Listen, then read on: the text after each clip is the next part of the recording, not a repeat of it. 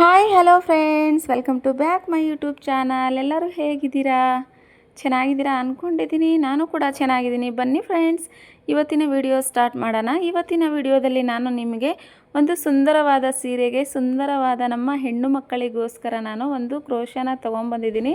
ಈ ಕ್ರೋಶಕೋಸ್ ತುಂಬ ಅಂದರೆ ತುಂಬ ಕ್ಯೂಟ್ ಆಗಿದೆ ಮತ್ತು ಬ್ಯೂಟಿಫುಲ್ ಆಗಿದೆ. ಒಂದೇ ಬೀಡ್ಸ್ನ ಯೂಸ್ ಮಾಡಿಕೊಂಡು ನಾನು 6 ಎಳೆ ದಾರನ ಕ್ರಿಯೇಟ್ ಮಾಡಿಕೊಂಡು ತುಂಬ ಕ್ಯೂಟಾಗಿ ಹಾಕ್ತಾ ಇದ್ದೀನಿ. ಅದನ್ನು ನಿಮ್ಮೊಂದಿಗೆ ಶೇರ್ ಮಾಡ್ಕೋಬೇಕು ಅನ್ನಿಸ್ತು, ಅದಕ್ಕೆ ನಾನು ಕೂಡ ಶೇರ್ ಮಾಡ್ತಾ ಇದ್ದೀನಿ.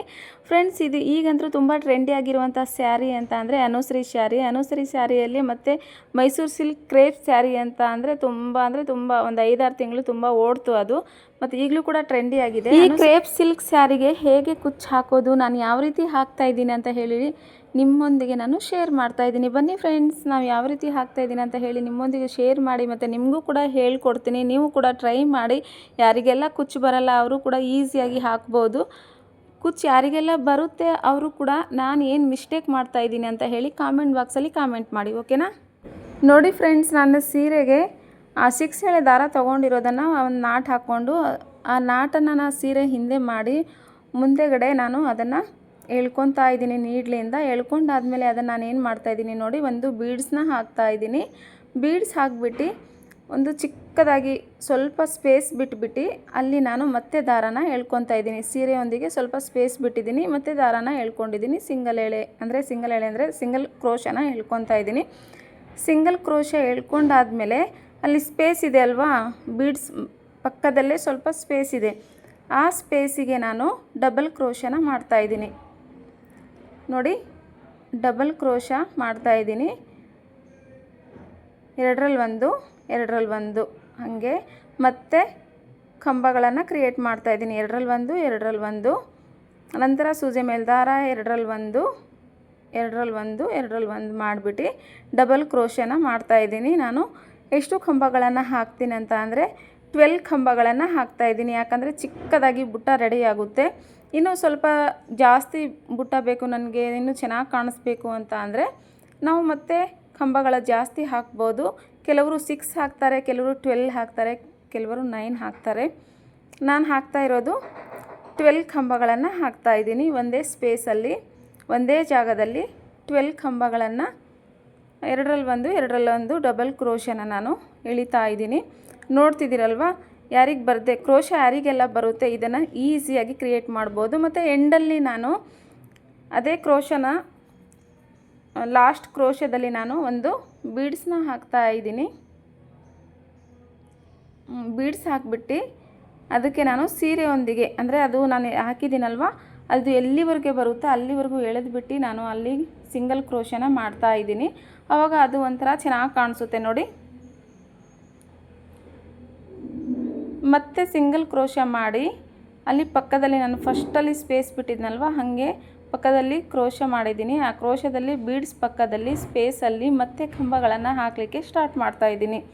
ಎರಡರಲ್ಲಿ ಒಂದು ಡಬಲ್ ಕ್ರೋಶನ ಮತ್ತೆ 12 ಕಂಬಗಳನ್ನು ಹಾಕ್ತಾಯಿದ್ದೀನಿ. ಮತ್ತೊಮ್ಮೆ ನೋಡ್ಕೊಳ್ಳಿ, ಒಂದು ಬುಟ್ಟನ ಕ್ರಿಯೇಟ್ ಮಾಡಿದ್ದೀವಿ, ಮತ್ತು ಇನ್ನೊಂದು ಬುಟ್ಟನ ಕ್ರಿಯೇಟ್ ಮಾಡ್ತಾಯಿದ್ದೀನಿ. ಆ ಕ್ರಿಯೇಟ್ ಮಾಡ್ತಿರೋಬೇಕಾದ್ರೆ ನೀವು ಎಷ್ಟು ಕಂಬಗಳನ್ನು ಹಾಕ್ತೀನಿ, ನಾನು ಯಾವ ಥರ ಥ್ರೆಡ್ನ ನೀಡಲ್ ಒಂದಿಗೆ ಎಳ್ಕೊತೀನಿ ಅಂತ ಹೇಳಿಬಿಟ್ಟು ನೀವು ನೋಡ್ತಾ ಹೋದರೆ ಗೊತ್ತಾಗುತ್ತೆ. ಮತ್ತು ನೀವು ಕೂಡ ಟ್ರೈ ಮಾಡ್ಬೋದು. ನಮ್ಮ ಕ್ರೇಪ್ ಸ್ಯಾರಿಗಳಿಗೆ ತುಂಬ ಹೆವಿ ಆಗಿರುವಂತಹ ಕುಚ್ಚುಗಳನ್ನು ಹಾಕಿದರೆ ಅಷ್ಟೊಂದು ಚೆಂದ ಕಾಣಿಸಲ್ಲ. ಅದರಿಂದ ಸಿಂಪಲ್ಲಾಗಿ ಕ್ಯೂಟಾಗಿರೋ ಚಿಕ್ಕದಾಗಿರುವಂತಹ ಕುಚ್ಚನ್ನು ನಾನು ಹಾಕ್ತಾಯಿದ್ದೀನಿ. ಇದಕ್ಕೇ ನಾವು ಕುಚ್ಚು ಕಟ್ಟೋ ಹಾಗಿಲ್ಲ. ಈ ಥರ ಒಂದು ಕ್ರಿಯೇಟ್ ಮಾಡಿದರೆ ಸಾಕು. ಒಂದು ಬೀಡ್ಸ್ನ ಯೂಸ್ ಮಾಡಿಕೊಂಡು ಒಂದೊಂದೇ ಬುಟ್ಟಗಳನ್ನು ಕ್ರಿಯೇಟ್ ಮಾಡಿದರೆ ತುಂಬ ಚೆನ್ನಾಗಿ ಕಾಣಿಸುತ್ತೆ.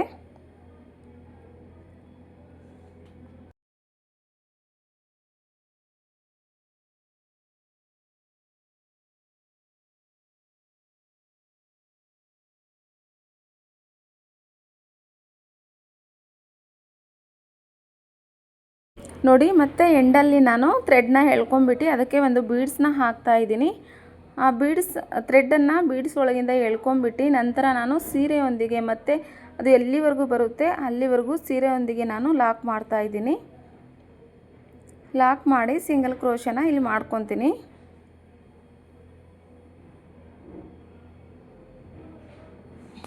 ಸಿಂಗಲ್ ಕ್ರೋಶ ಮಾಡಿಬಿಟ್ಟು ಈಗ ನಾವು 2 ಬುಟ್ಟ ಕ್ರಿಯೇಟ್ ಮಾಡಿದ್ವಲ್ಲ ಅದೇ ರೀತಿ ಮತ್ತೊಂದು ಅಂದರೆ ನಾನು ಒಂದು ಲೈನಲ್ಲಿ ಒಂದು ಕಲರಲ್ಲಿ 4 ಬುಟ್ಟಗಳನ್ನು ಕ್ರಿಯೇಟ್ ಮಾಡ್ತಾಯಿದ್ದೀನಿ. 4 ಬುಟ್ಟ ಕ್ರಿಯೇಟ್ ಮಾಡಿ ಏನಾದರೂ ಲಾಸ್ಟಲ್ಲಿ ಸ್ಪೇಸ್ ಇತ್ತು ಮತ್ತು ಒಂದು ಕಲರ್ ಬೇರೆ ಹಾಕೋಕ್ಕಾಗಲ್ಲ ಅಂತಂದರೆ ಅದಕ್ಕೆ ನಾವು 4 ಜಾಗದಲ್ಲಿ 5 ಬುಟ್ಟಗಳನ್ನು ಕ್ರಿಯೇಟ್ ಮಾಡ್ಬೋದು.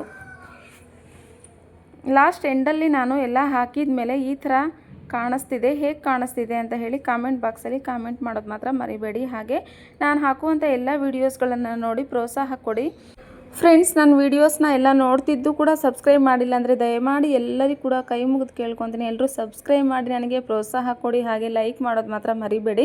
ವಿಡಿಯೋ ಓಪನ್ ಮಾಡಿ ನೋಡ್ತೀವಂತ ಅಂದರೆ ಒಂದು ಲೈಕ್ ಕೊಡಲೇಬೇಕು. ಮತ್ತು ಏನು ತಪ್ಪು ಮಾಡಿದ್ದೀವಿ, ಏನು ಚೆನ್ನಾಗಿ ಮಾಡಿದ್ದೀವಿ ಅನ್ನೋದನ್ನು ಕಾಮೆಂಟ್ ಬಾಕ್ಸಲ್ಲಿ ಕಾಮೆಂಟ್ ಮಾಡಿ. ಆವಾಗ ನಮಗೆ ಹೊಸ ಹೊಸ ವೀಡಿಯೋಸ್ಗಳನ್ನು ಮಾಡಲು ಪ್ರೋತ್ಸಾಹ ಕೊಟ್ಟಂಗಾಗುತ್ತೆ.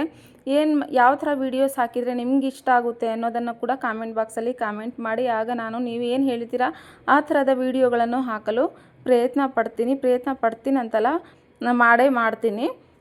ನೋಡಿ ಫ್ರೆಂಡ್ಸ್ ಯಾವ ಥರ ಕಾಣಿಸ್ತಿದೆ ಲಾಸ್ಟ್ ಎಂಡಲ್ಲಿ. ಚೆನ್ನಾಗಿದೆ ಅಲ್ವಾ ಫ್ರೆಂಡ್ಸ್? ನೀವು ಕೂಡ ಟ್ರೈ ಮಾಡಿ ನಿಮ್ಮ ಸೀರೆಗಳಿಗೆ. ಓಕೆನಾ? Bye friends, thank you so much. ಎಂಡ್ವರೆಗೂ ಯಾರೆಲ್ಲ ವಿಡಿಯೋ ನೋಡಿದ್ರಿ ಎಲ್ರಿಗೂ ಕೂಡ ತುಂಬು ಹೃದಯದ ಧನ್ಯವಾದಗಳು. Okay bye. ಮತ್ತೆ ನೆಕ್ಸ್ಟ್ ವಿಡಿಯೋದಲ್ಲಿ ಸಿಗೋಣ.